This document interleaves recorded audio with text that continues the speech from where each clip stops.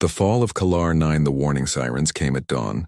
Commander Zilthar's compound eyes snapped open in his sleeping chamber, all four limbs jerking upright as the emergency klaxon tore through the underground colony.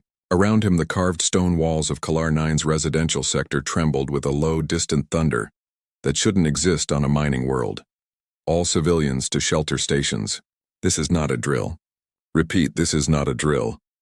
Zilthar's chitinous exoskeleton clicked rapidly as he burst into the corridor, the Kalar equivalent of a racing heartbeat. Other miners stumbled from their quarters, mandibles clicking in confusion and fear. These were excavators, geologists, families, not soldiers. They had never needed to be soldiers. The Galactic Cooperative protected its members. Everyone knew that.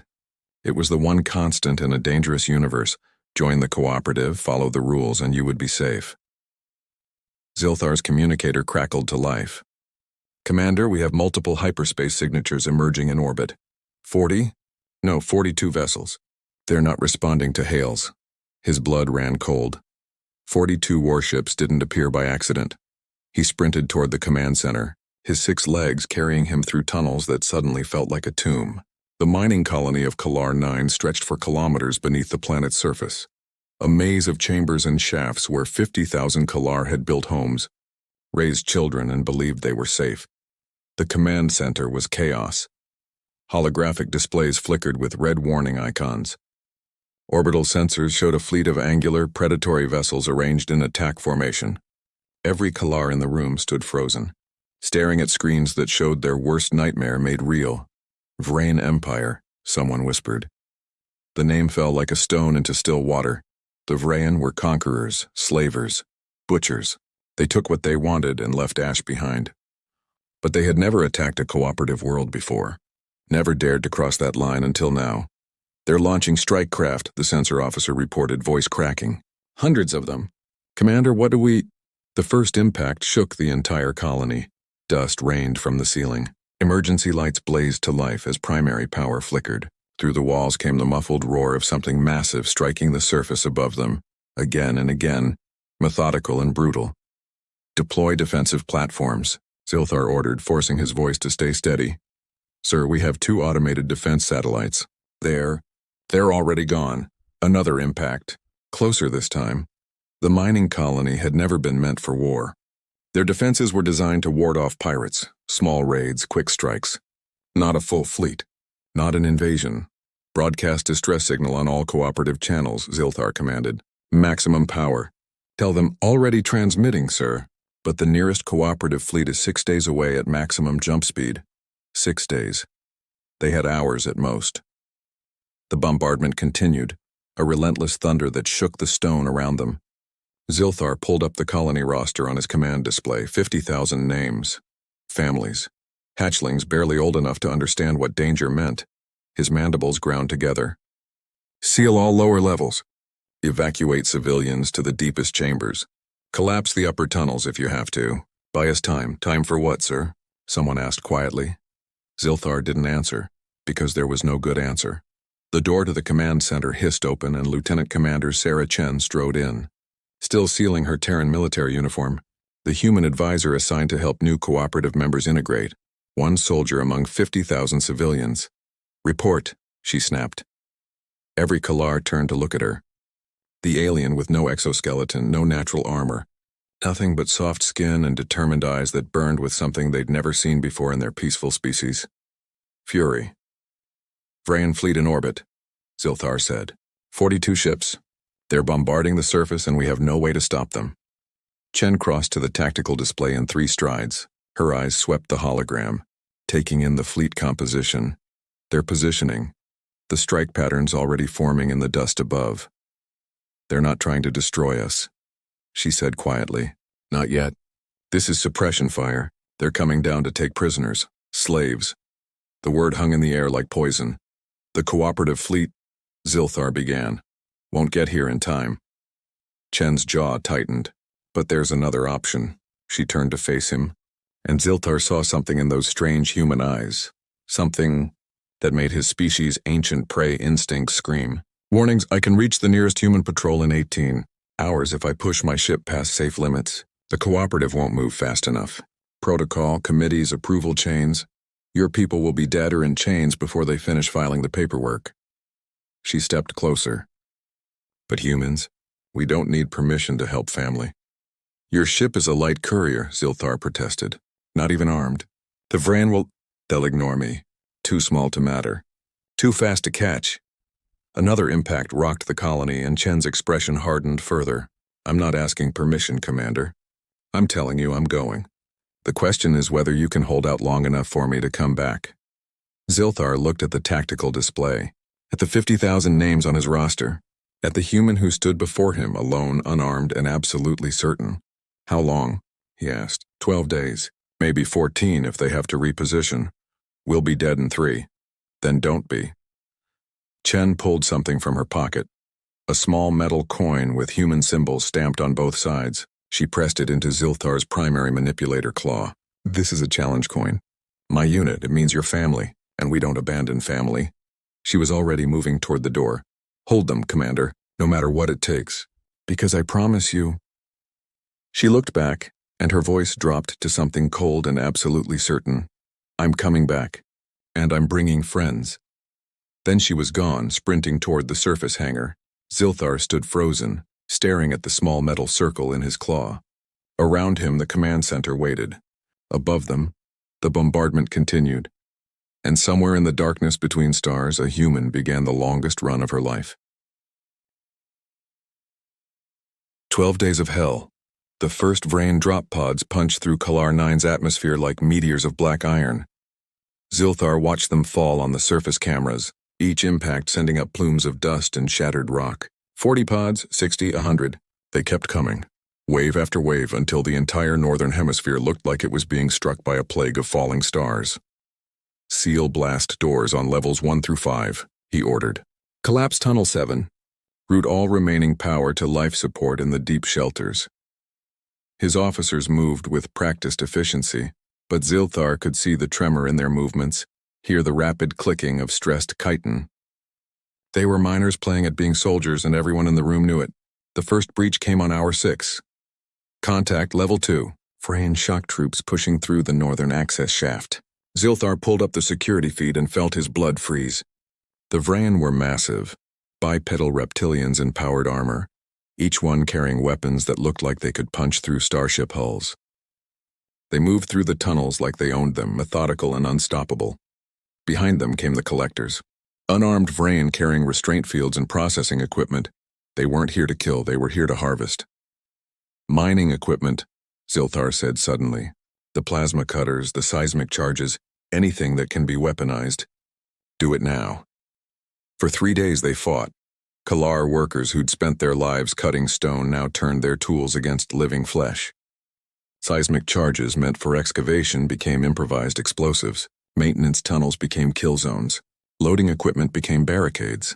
They made the Vrain pay for every meter, but they were still losing. On day 4, Zilthar stood in what remained of the command center. Half the consoles were dark. The walls cracked from nearby impacts, and counted his losses. 8,000 dead, 20,000 in the deep shelters, cut off and surrounded. The rest scattered through a shrinking network of defended tunnels. His communicator crackled with fragmentary reports. Holding at junction 42, but we're almost out of need medical. We have wounded who can't. They're using gas, some kind of paralytic. We can't. He clutched Chen's challenge coin like a lifeline. The metal was warm from constant contact with his claw. 12 days, she'd said. He'd given her 4. On day 7, they lost the water purification systems.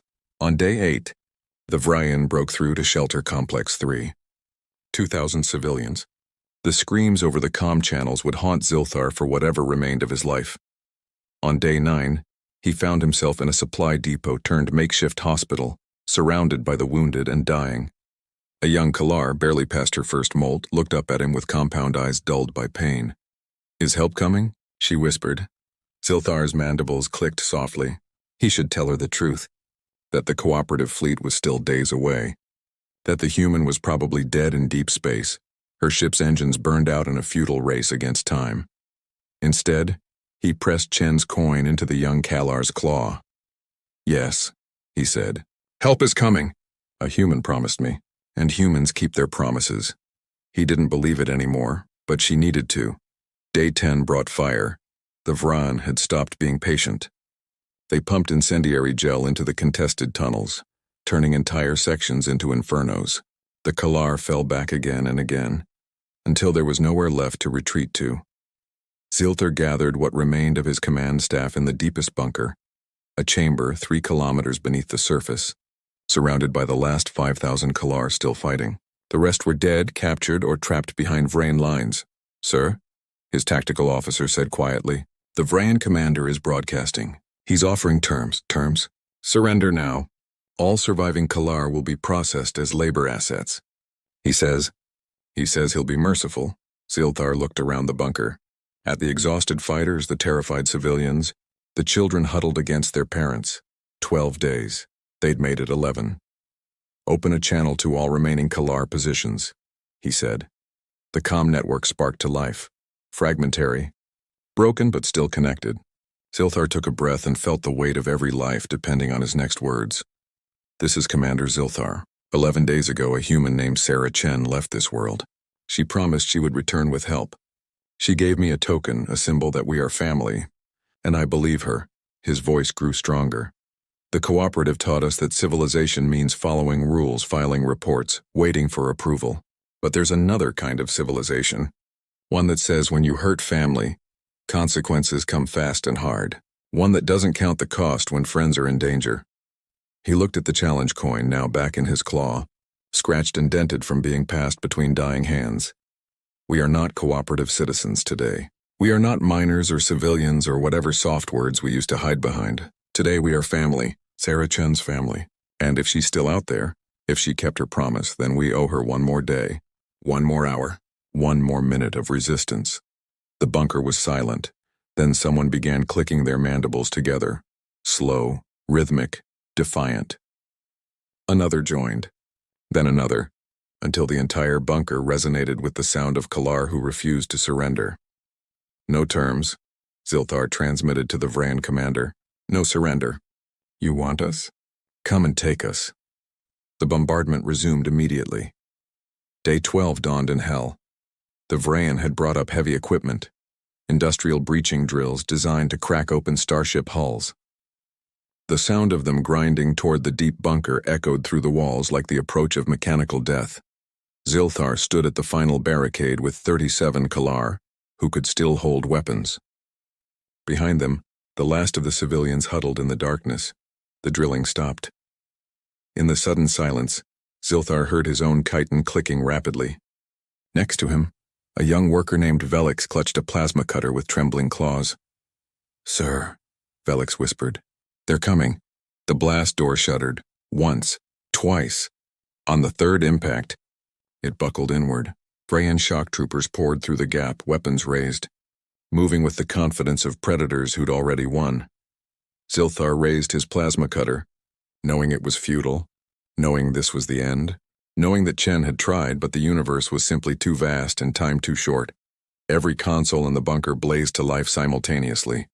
The lights flickered, then steadied. Emergency speakers crackled with a sound Zilthar had never heard before, a sound like reality itself tearing open just above the planet's atmosphere. The Vrain troopers hesitated, confusion breaking their advance, and then a voice filled every speaker, every communicator, every functional piece of technology in the entire colony. A human voice cold as deep space and absolutely certain. "Attention, Terran Fleet. This is Captain Marcus Webb of the United Nations Confederation Dreadnought Thunderchild. You are in violation of cooperative sovereignty. You have 12 seconds to begin withdrawing from Kalar 9's orbit. After that, we will remove you." The Vrain commander's response crackled back. "This is War Master Krell. I have 42 warships. You are 17 vessels. The mathematics are simple." A pause. Then Captain Webb's voice returned, and Zilthar heard something in it that made his prey instincts scream. The same cold fury he'd seen in Chen's eyes 11 days ago. "War Master, you've made 2 critical errors. First, you assumed we came here to negotiate. We didn't. We came here because you hurt family." Another pause. "Second, you forgot who taught the galaxy what overkill means. Let me remind you. On every working screen in the bunker, tactical displays burst to life, showing orbital space above Kalar 9. 17 human warships hung in the void like avenging angels, and every single one of them was already firing. Zilthar stared at the displays, his compound eyes struggling to process what he was seeing. The Vrain had made one final, fatal miscalculation. They'd thought the humans would follow cooperative rules of engagement, warnings, posturing, carefully measured responses. But Sarah Chen hadn't brought the cooperative. She'd brought humanity, and humanity had come for blood.